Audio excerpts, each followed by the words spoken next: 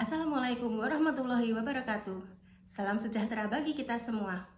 Halo rekan-rekan mahasiswa Universitas Terbuka, apa kabar? Semoga sehat selalu ya. Pada pertemuan sesi pertama kali ini, saya akan membahas mengenai konsep dasar komunikasi, dilanjutkan pembahasan singkat tentang sejarah dan perkembangan ilmu komunikasi. Pemahaman tentang komunikasi dan gambaran tentang manusia yang berkomunikasi tidak lepas dari faktor-faktor yang mendorong orang melakukan kegiatan komunikasi. Terlebih karena manusia sendiri adalah makhluk individu dan sosial. Setiap kali Anda bercakap-cakap, mengirim pesan singkat ke teman, atau melakukan presentasi, Anda telah terlibat dalam komunikasi. Setiap kali dua orang atau lebih berkumpul untuk bertukar pesan, mereka terlibat dalam proses dasar komunikasi ini. Selain itu, ketika orang berkomunikasi dengan Tuhannya dalam doa, orang berdialog sendiri, dalam hati, atau dengan diri sendiri pun menjadi bagian dari proses komunikasi. Ini menunjukkan bahwa sebagai individu pun manusia tetap dapat melakukan komunikasi. Namun, karena ketidakjelasan sosok yang diajak berkomunikasi dan sosok yang menerima pesan komunikasinya, studi ilmu komunikasi kemudian lebih berfokus pada wilayah kajian lainnya seperti komunikasi antar pribadi, komunikasi kelompok, komunikasi massa, dan media.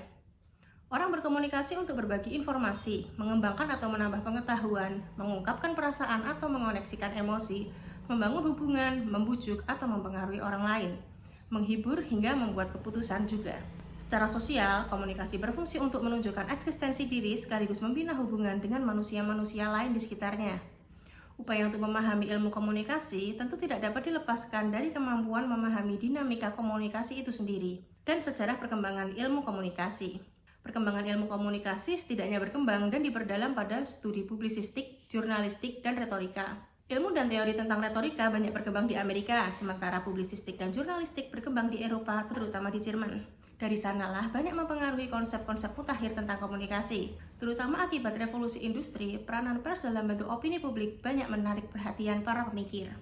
Di Indonesia kemudian kajian komunikasi dimulai dengan arah untuk memenuhi kebutuhan pemerintah saat Indonesia mengupayakan national building dan memperkuat kesatuan persatuan bangsa. Perkembangan selanjutnya mengikuti dinamika lainnya seperti ekonomi, kebutuhan industri, dan perkembangan teknologi komunikasi. Hingga kini kehadiran new media banyak melahirkan kajian komunikasi baru dalam ilmu komunikasi.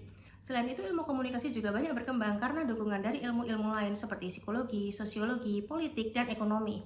Karena itu juga sifat dari ilmu komunikasi adalah multidisipliner, namun fokusnya tetap pada kajian pesan. Pembahasan lebih lengkap tentang sejarah dan perkembangan ilmu komunikasi bisa dipelajari pada modul 2 pengantar ilmu komunikasi. Demikian pembahasan mengenai konsep dasar komunikasi, sejarah dan perkembangan ilmu komunikasi.